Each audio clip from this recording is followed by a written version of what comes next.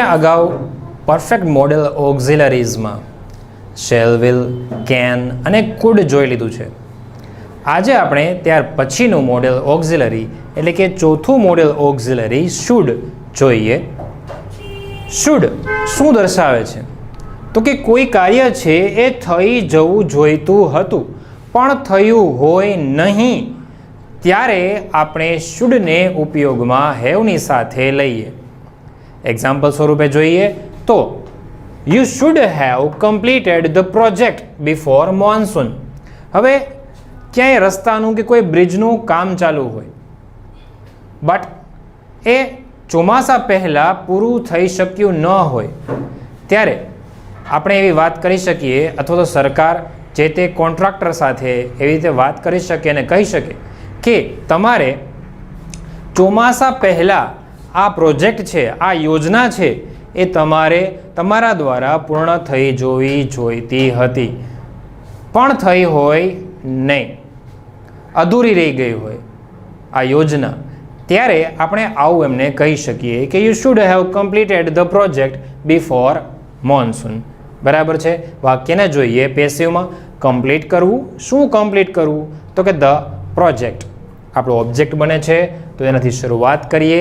The project should have been completed by you before monsoon.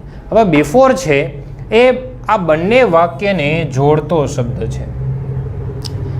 એક વાક્ય આ છે, બીજું વાક્ય એના પછીનું છે. બિફોર છે એ બંનેને જોડી દે છે. તો બંનેને જોડવા માટે બિફોરનો ઉપયોગ થાય છે ત્યાર પછીના વાક્યને એના પછી જ મૂકવાનું રહેશે. એના પછી જે કંઈ પણ હોય એ બધું એમને જ રહેશે. ત્યાં કાંઈ ચેન્જ કરવાનો થતો નથી. બરાબર છે. જે કંઈ પેસિવમાં ચેન્જ થાય છે એ આગળ જ ચેન્જ થશે. ત્યાર પછી નંબર 5 વુડ. વુડ શું દર્શાવે છે? તો કે ભૂતકાળમાં કોઈ કાર્ય થઈ શક્યું હોત, ભૂતકાળમાં કોઈ કાર્ય થઈ શક્યું હોત પણ થયું હોય નહીં, ત્યારે આપણે વુડનો ઉપયોગ હેવની સાથે કરી શકીએ. બરાબર છે. જોઈએ એનું example. If I head enough money. Enough એટલે કે પૂરતું.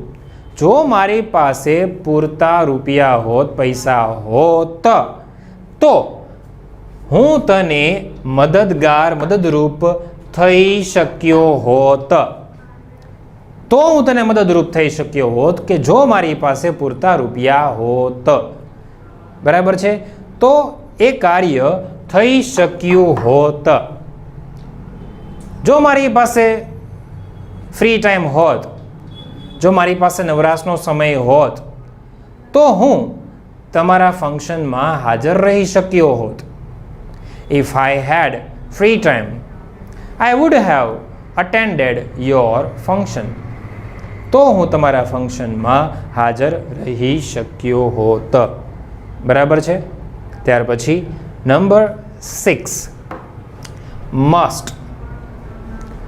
મસ્ટ એટલે કે હોવું જ જોઈએ.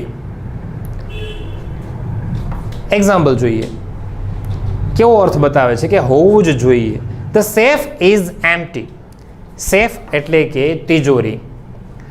તિજોરી ખાલી છે. Thieves must have stolen all the money. ચોરોએ બધા જ રૂપિયા ચોરી લીધા હોવા જ જોઈએ. મસ્ટ દર્શાવે છે એક ચોક્કસ ખાતરી બતાવે છે કે આમ જ થયું હોવું જોઈએ. તેણે ઘણા સારા માર્ક્સ આવ્યા, જરૂર એને સારી એવી મહેનત કરી હોવી જ જોઈએ. She must have worked very hard. બરાબર છે. તો અહીંયા એવું બતાવવા માટે કે હોવું જ જોઈએ ત્યારે આપણે મસ્ટની સાથે હેવનો ઉપયોગ કરીએ. ત્યાર પછી પેસિવમાં એને જોઈએ તો પેસિવમાં જે વાક્ય છે એમાં પહેલું વાક્ય એમને રહેશે કારણ કે અહીંયા નથી ઓબ્જેક્ટ કે નથી subject. The safe is empty. એમને હવે સ્ટોલન એટલે કે ચોરવું. સ્ટીલનું V3 બનશે સ્ટોલન. શું? તો કે ઓલ ધ મની. બધા જ રૂપિયા. આપણો ઓબ્જેક્ટ બને છે તો એથી શરૂઆત કરીએ પેસિવમાં એને. All the money must have been stolen by thieves. Thieves, અહીંયા સબ્જેક્ટ છે તો બાય પછી મૂકીએ થીવ્સને. તો અહીંયા આમ થયું જ હોવું જોઈએ એવું બતાવવા માટે અહીં મસ્ટનો ઉપયોગ આપણે કરીએ. હવે આપણે અગાઉ સિમ્પલ મોડેલ ઓક્ઝિલરીમાં જ્યારે વુડ જોયું હતું ત્યારે આપણે ત્યાં પ્રેફરન્સ બતાવી હતી, બરાબર છે. પણ અહીંયા આપણે પ્રેફરન્સ બતાવવાની થતી નથી, સમજાય છે. પણ વુડનો ઉપયોગ તમને જ્યારે હેવની સાથે જોવા મળે છે ત્યારે આપણે જે સિમ્પલ ફ્યુચર ટેન્સમાં આપણે ભણ્યા હતા શોવિંગ કન્ડિશન ફંક્શન, ઇફની સાથે સિમ્પલ પ્રેઝન્ટ અને સિમ્પલ ફ્યુચરવાળું સેન્ટેન્સ હોય તો એ છે શોવિંગ કન્ડિશન. પણ જ્યારે આગળનું વાક્ય ભૂતકાળ હોય, ઇફવાળું વાક્ય, આગળનું વાક્ય ભૂતકાળ હોય, ત્યાર પછીના વાક્યમાં વુડ હેવ વાળું વાક્ય હોય ત્યારે એવા વાક્યનું ફંક્શન બને છે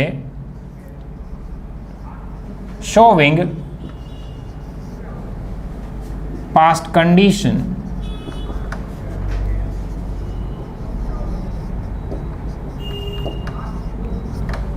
પહેલા આપણે જોયું હતું એ માત્ર કન્ડિશન હતું, શોવિંગ કન્ડિશન. બટ જ્યારે આગળનું વાક્ય ભૂતકાળમાં હોય એટલે કે પરફેક્ટ ફોર્મમાં જશે, બરાબર છે, અને ત્યાર પછીનું વાક્ય વુડ હેવ વાળું હોય ત્યારે એવું વાક્ય છે એ આપણને શોવિંગ પાસ્ટ કન્ડિશન એટલે કે ભૂતકાળની શરત બતાવે છે. કારણ કે આ વાક્યમાં પણ ભૂતકાળની શરત છે. ઇફ આવ્યું, હેડ આવ્યું. હેડ છે એ પરફેક્ટ પાસ્ટમાં પણ હોઈ શકે છે અને સિમ્પલ પાસ્ટમાં પણ હોઈ શકે છે, બરાબર. તો હેડ આવ્યું તો આ વાક્ય ભૂતકાળ બની ગયું. અહીંયા હવે ભૂતકાળ બની ગયું છે તો અહીંયા આપણે વુડ હેવનો ઉપયોગ થાય છે. તો જ્યારે આવું તો આ વાક્ય તમને જોવા મળે છે ત્યારે એવા વાક્યનું ફંક્શન છે શોવિંગ પાસ્ટ કન્ડિશન અથવા તો શોવિંગ કન્ડિશન ઇન પાસ્ટ, બરાબર છે. તો આ મોડેલ ઓક્ઝિલરીઝ આપણે કમ્પ્લીટ કરીએ છીએ. આપણે અગાઉ 6 મોડેલ ઓક્ઝિલરીઝ પરફેક્ટ ફોર્મમાં કમ્પ્લીટ કર્યા છે. ત્યાર પછીનું 7th મોડેલ ઓક્ઝિલરી અને 8th મોડેલ ઓક્ઝિલરી આપણે આ લેક્ચરમાં જોશું. સૌથી પહેલાં જોઈએ આપણે કે મે અને માઇટ જે શબ્દો આપણે જોવાના છે એનો ઉપયોગ ક્યારે થાય છે કે જ્યારે એની સાથે હેવનો ઉપયોગ હોય.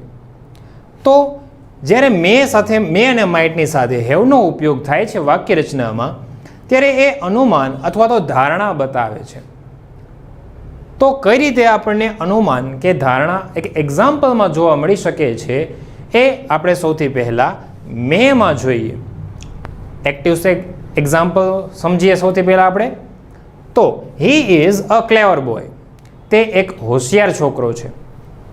હી may have not made mistake in exam, તેણે પરીક્ષામાં ભૂલ નહીં કરી હોય એવી ધારણા બતાવીએ, એવું અનુમાન કરીએ.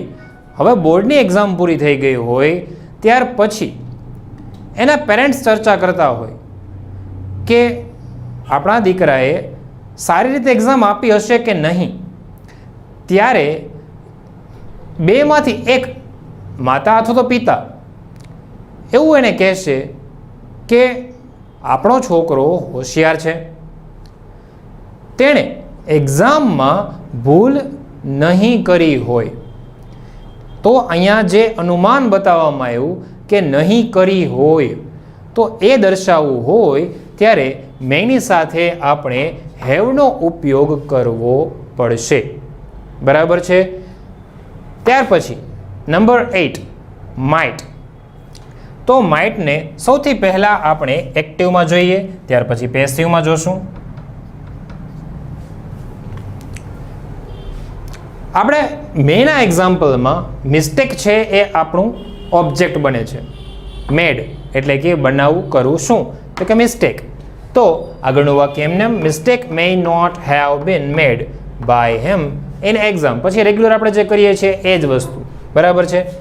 માઇટ એક્ટિવમાં if Dhoni had not been run out in world cup 2019. આપણે બધા જ આ પ્રસંગથી જાણીતા છીએ. 2019ના વર્લ્ડ કપમાં જો ધોની રનઆઉટ થયો ન હોત તો શું થાત? India might have won the world cup. તો ભારત છે એ વર્લ્ડ કપ જીતી ગયું હોત. તો અહીંયા એક અનુમાન છે આપણી એક ધારણા છે કે જો ધોની રનઆઉટ ન થયો હોત તો આપણે જીતી શક્યા હોત. એક એવી ધારણા કરીએ છીએ, અનુમાન. પણ કદાચ પરિણામે નથી, ઉલટું પણ આવે, એવું ન પણ બને. કદાચ ધોની રનઆઉટ ન થયો હોત તો પણ એ મેચ જીતી શકાય એવું હોય નહીં, એવું પણ બને. તો એક અનુમાન છે, એક ધારણા છે આપણી કે તેમ થઈ ગયું હોત અથવા થઈ શક્યું હોત. બરાબર છે. વાક્યને એક્ટિવમાંથી હવે પેસિવમાં આપણે સૌથી પહેલાં કન્વર્ટ કરીએ, ત્યાર પછી આગળ એનું ટ્રાન્સલેશન પણ જોશું આપણે. If Dhoni had not been run out in world cup, એ એમને એમ રહેશે કારણ કે એમાં ક્યાંય વર્બ નથી ઓબ્જેક્ટ, એટલે વાક્ય એઝ ઇટ ઇઝ. વાક્યને પેસિવ બનાવીએ તો પ્રશ્ન પૂછીએ સૌથી પહેલા વોનને. વોન એટલે કે જીતવું. તો પ્રશ્ન પૂછીએ શું જીતવું? તો આપણને આન્સર મળે છે world cup. The world cup. તો ધ વર્લ્ડ કપ છે એ આપણે અહીંયા ઓબ્જેક્ટ સ્વરૂપે સૌથી પહેલા જોઈએ. તો ધ વર્લ્ડ કપ આપણું ઓબ્જેક્ટ બનશે. The world cup might have been won by India. India છે સબ્જેક્ટ છે, તો બાય પછી સબ્જેક્ટ ઇન્ડિયા લખીએ. બરાબર છે. તો અહીં આપણે આપણા પરફેક્ટ મોડલ ઓક્ઝિલરીઝ બધા જ કમ્પ્લીટ કરીએ છીએ. બધાને ખાસ એક સૂચના કે સારા અક્ષરે ફેરબુકમાં બધા જ મોડેલ ઓક્ઝિલરી લખીને એને સારી રીતે પાકા કરવા અને શક્ય હોય તો એના ઉપર વાક્ય બનાવવાનો પણ એક પ્રયત્ન કરવો. બરાબર છે. Thank you.